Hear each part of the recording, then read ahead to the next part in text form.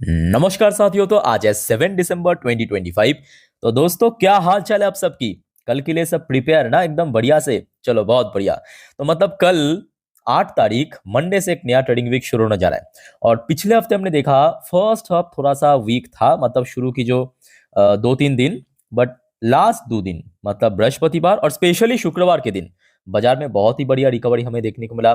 Even RBI MPC meeting के outcome की वजह से निफ्टी फिफ्टी जो है 26,000 की बहुत ऊपर आके क्लोजिंग किया, 26,186 पॉइंट पे, लगभग 0.59% तेजी के साथ। तो दोस्तों, बात करेंगे इस वीडियो में कुछ इंपॉर्टेंट की फैक्टर्स, कुछ इंपॉर्टेंट लेटेस्ट अपडेट के बारे में एक्चुअली, जो कि अपकमिंग वीक पे बाजार को ट्रिगर कर सकता है। वैसे दोस्तों, आप सभी को अगर मैं पूछूं कि मतलब आप लोगों को क्या लगता है कि मतलब जैसे कि पिछले 2 हफ्ता अगर हम बात करें, जैसे कि देखिए ये 1 महीने की चार्ट पैटर्न, तो आप देख सकते हो कि शुरू में तो बहुत अच्छा रिकवरी हुआ, और उसके बाद मतलब आखिरी हफ्तों में थोड़ा सा करेक्शन भी हुआ, बीच बीच में थोड़ा बहुत वॉलेटाइल भी चल रहा है बाजार। क्या ऐसे ही रहेगा, या आपको ये लगता है कि नहीं, जो सेकेंड लास्ट वीक में निफ्टी अपना लाइफ टाइम हाई टच किया था, उसको क्रॉस करते हुए निफ्टी फिफ्टी अभी 26,500 की तरफ बढ़ेगा?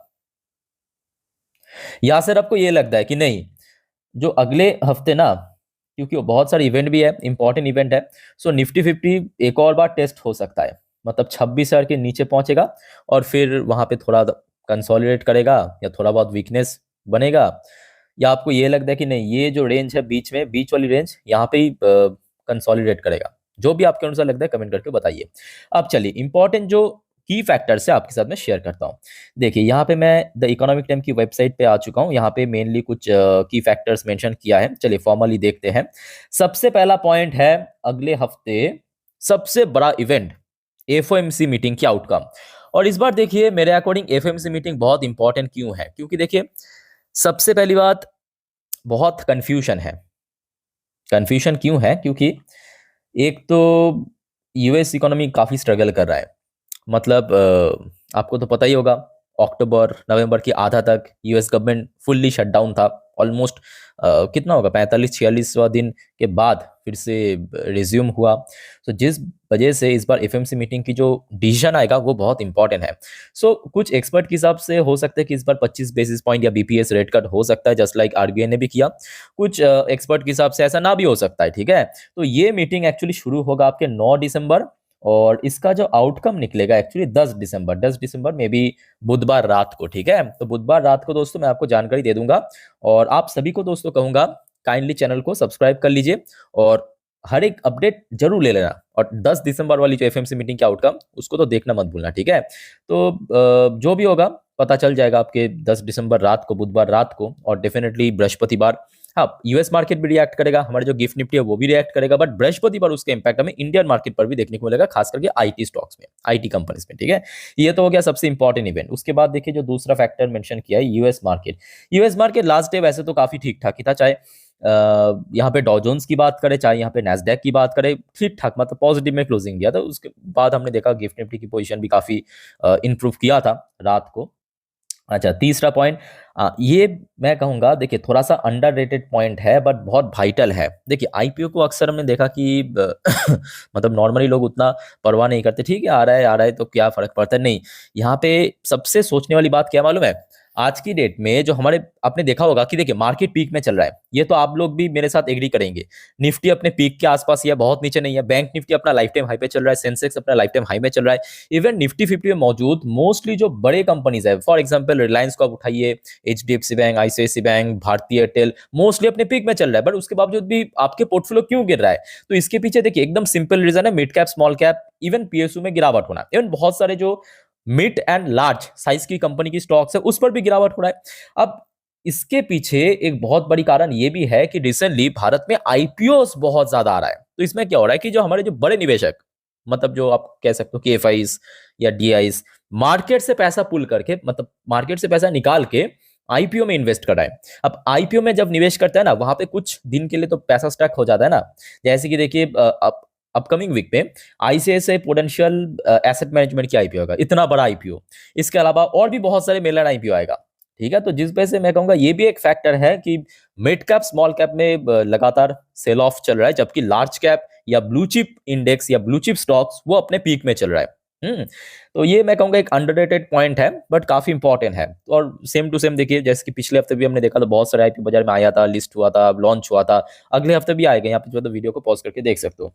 अब जो अभी आपको मैं कह रहा था कि एफआईएस डीआईएस वो मार्केट से पैसा निकाल रहा है, तो उसका देखिए पिछले कुछ दिनों पे, मतलब दिसंबर में, तो अभी बस आज 7 तारीख, मतलब जो 1 दिसंबर से लेके 5 दिसंबर तक बाजार हुआ है, मोस्टली टाइम एफएस ने सेल ही किया है। लास्ट डे की बात करें, एफएस ने लगभग 439 करोड़, अमाउंट वाइज थोड़ा कम, बट स्टिल बेचा है। और दूसरी तरफ देखिए, डीआईएस तो बहुत पहले से लगातार बाजार को सपोर्ट कर रहा है, बट हाँ, यहाँ पे जो हमेशा आपको मैं इसके पहले भी कहा था कि एफएस की जब तक ना इनफ्लो मार्केट में हमें देखने को मिले, एफएस का इनफ्लो एक्चुअली चाहिए, विदाउट एफआईएस इनफ्लो कुछ हो नहीं सकता।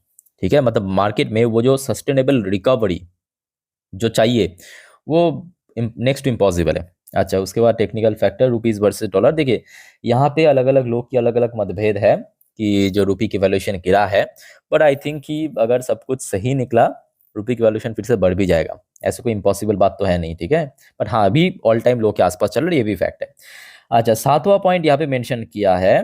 ओ, बहुत सारे कंपनी की एक्चुअली कुछ company bonus, dividend, stock split, ये सब वगैरह दिया था, तो उसका एक्स डेट रिकॉर्डेड आने जा रहा है। जैसे कि आप देखिए, एक हो गया आपका न्यूरेका एंड वीएलसी फाइनेंस, या मिसेस बेक्टर, तो ऑलरेडी आपको मैं लास्ट डे अपडेट दिया था। तो ये सब कंपनी ने जो बोनस वगैरह दिया, तो उसका रिकॉर्डेड आने जा रहा है, ठीक है। तो ये कुछ फैक्टर्स जो कि कल बाजार को ट्रिगर कर सकते हैं। इसके अलावा एक और यहाँ पे मिस हो गया, जो है भारत की सीपीए इन्फ्लेशन डेटा आउट होगा। और इस बार भारत की जो सीपीए इन्फ्लेशन रेट बहुत इंपॉर्टेंट है, क्योंकि लास्ट टाइम हमने देखा था मल्टीपल ईयर्स लो पे आ चुका था। मतलब उसके पहले, मतलब ये तो आपके अक्टूबर का डेटा में भी, एक बार देख के बताता हूँ। हाँ, अक्टूबर का डेटा जो नवंबर में आउट हुआ था, उस पर हमने देखा था सिर्फ 0.25%। और याद रखना दोस्तों, 12 दिसंबर में भी शुक्रवार शुक्रवार नवंबर की डेटा आउट होगा, ठीक है। और आरबीआई ने भी, हमने देखा इस बार एमपीसी मीटिंग में, जो है अपना जो फोरकास्ट है उसको ड्रॉप कर दिया। मतलब सीपीआई इन्फ्लेशन की जो रेट पहले बताया था उसको और कम कर दिया, और जीडीपी बढ़ा दिया फोरकास्ट में।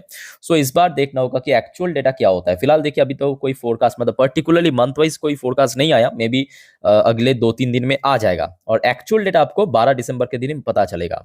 बट ऑनेस्टली से भारत की देखिए, आप चाहे कुछ भी कहे, अगर हम डेटा के बेस पे बात करें ना, डेटा के बेस पे, सो इकोनॉमिकल डेटा बहुत ही स्ट्रांग चल रहा है, मैक्रो डेटा बहुत ही बढ़िया चल रहा है, चाहे CPI, GDP, PMI, industrial production. अच्छा, अब अगले हफ्ते इवन चाइना का भी सीपीआई डेटा आउट होगा। चाइना का भी हमने देखा कि सीपीआई इन्फ्लेशन भारत की तरह ही बहुत ज्यादा नहीं है, लगभग उसी लेवल के आसपास। चाइना की डेटा आउट होगा आपका, अच्छा, 10 तारीख को। तो मतलब 10 तारीख को याद रखना, 10 तारीख मतलब आपके बुधवार को चाइना की सीपीआई डेटा आउट होगा, और उसके ठीक एक दिन बाद शुक्रवार को भारत की सीपीआई डेटा आउट होगा, ठीक है। तो आते ही मैं आपको जानकारी दे दूंगा, डोंट वरी। अच्छा, फटाफट अब कुछ इंडेक्स की पॉइंट देख लेते हैं। जैसे कि डॉ जोन्स एंड नैस्डैक तो लगभग उसी लेवल पे ही था, मतलब ठीक ठाक पोजीशन पे क्लोजिंग दिया। क्रूड ऑयल के अंदर भी ऐसा कुछ बहुत बड़ा बदलाव हमें देखने को नहीं मिला। इंडियन करेंसी की वैल्यूएशन लास्ट वीक में गिरा है, बट पिछले 2 दिनों से थोड़ा बहुत ठीक ठाक स्टेबल लग रहा है। अच्छा साथियों, आपको पता तो होगा कि आज मतलब रविवार के दिन मोस्टली मार्केट क्लोज ही रहता है, but Israeli market exception open रहता है। और अभी आप देख सकते हो TA-35 इसराइल की लोकल समय लगभग दोपहर 1:40 पे 0.77% ऊपर पहुंच चुका है, ठीक है। और अपना लाइफ टाइम हाई पे भी चल रही, देखिए 3,534 पॉइंट, ये इसकी लाइफ टाइम हाई है, अभी उसी लेवल पे ही चल रहा है। ओके, सो मतलब इसराइल की मार्केट तो फिलहाल ठीक ठाक पोजीशन पे ही है, लग रहा है। चलो साथियों, आगे बढ़ते नेक्स्ट टॉपिक पे, बट उसके पहले आप सभी को रिक्वेस्ट करूंगा दोस्तों, अगर आपको वीडियो भी अच्छा लगा, इन्फॉर्मेटिव लगा, प्लीज वीडियो को लाइक करना, और प्लीज चैनल को सब्सक्राइब करके जरूर रखना, ऐसे इन्फॉर्मेटिव वीडियो हर रोज हर वक्त पाने के लिए। और याद रखना मेरे प्यारे साथियों, आज रात की जो 10:30 वाली वीडियो आएगा ना इस चैनल पे, जिस पर हम नेक्स्ट डे मार्केट प्रेडिक्शन, मतलब कल मोस्ट प्रोबेबली बाजार किस तरफ खुल सकता है, Nifty bank Nifty analysis detail में, और आज पूरे दिन शेयर बाजार की अपडेट को कवर करेंगे। मिस मत कीजिएगा प्लीज, 10:30 वाली वीडियो रात की, ठीक है। और उसके बाद जो रात की 12 बजे की वीडियो आएगा, जिस पर हम कुछ वाइटल जियोपॉलिटिकल टॉपिक को कवर करेंगे सेपरेटली। ये 2 वीडियो एक्चुअली कल मार्केट के लिए बहुत इंपॉर्टेंट है, क्योंकि देखिए बीच बीच में खबर आता रहता है, हो सकता है कि ऐसे कुछ खबर शाम के वक्त आ गया, रात में आ गया, तो मैं आपको दे दूंगा, ठीक है। चलो आगे बढ़ते हैं, नेक्स्ट टॉपिक देखिए। ये आज सुबह की अपडेट है। क्रेमलिन की तरफ से कहा गया, क्रेमलिन मतलब रशिया की तरफ से, Kremlin welcome end to direct threat label in US national security strategy. अच्छा, इसका एकदम आसान भाषा में समझा देता हूँ। देखिए, हर एक देश के लिए ना, हर एक देश की एक कोड होता है। कोड मतलब कह सकते हो कि एक टाइप का टैग होता है। जैसे कि भारत के लिए अपना डायरेक्ट थ्रेट कौन है? आप कहेंगे पाकिस्तान, बिल्कुल सही।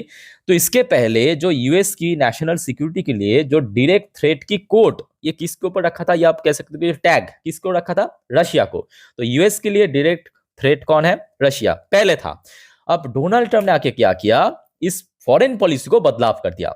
समझ आ चुका है? जैसे कि मैं इस वीडियो के थंबनेल पे येलो वाली पार्ट में मेंशन किया ना कि ट्रंप ने जो अपना पॉलिसीज में बदलाव किया, तो कौन सा पॉलिसीज में बदलाव किया? जो बाइडेन की समय पे, जो रशिया के ऊपर डायरेक्ट थ्रेट की टैग मिला था, उसको हटा दिया। उस चीज को रशिया ने आज सुबह सुबह ही वेलकम किया और कहा, ये देखिए जो रशिया की डेलीगेशन टीम है, ये देखिए, the Kremlin welcome a move to the US President Donald Trump's administration to revise its national security strategy and stop calling Russia a direct threat।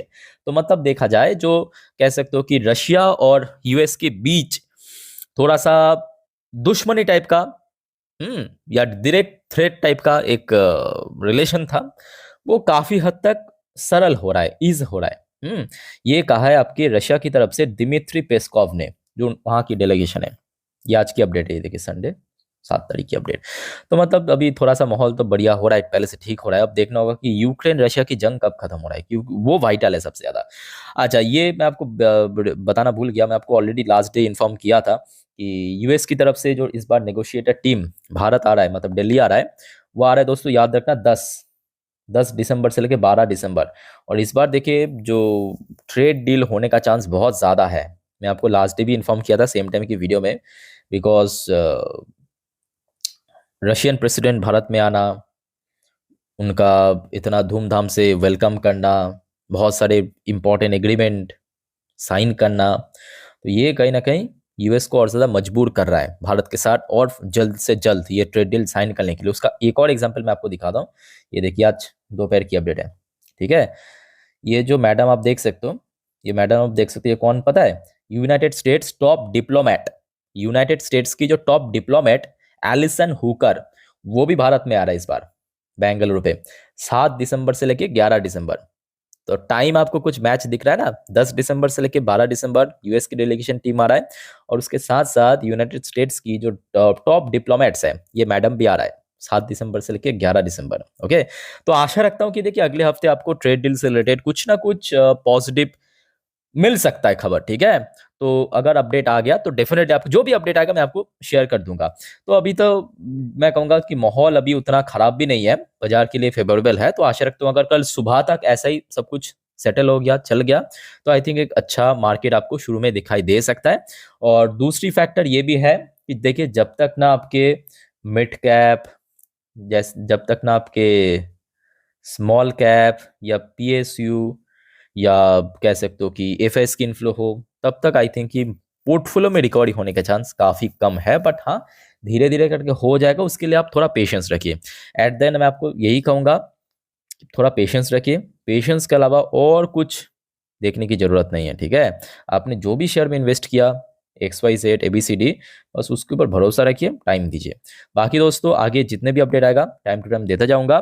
सिर्फ चैनल को सब्सक्राइब करके रखिए, और कोई कंफ्यूजन है कमेंट करके प्लीज बताइए। मिलता है नेक्स्ट वीडियो में, टेक केयर, बाय बाय, जय हिंद।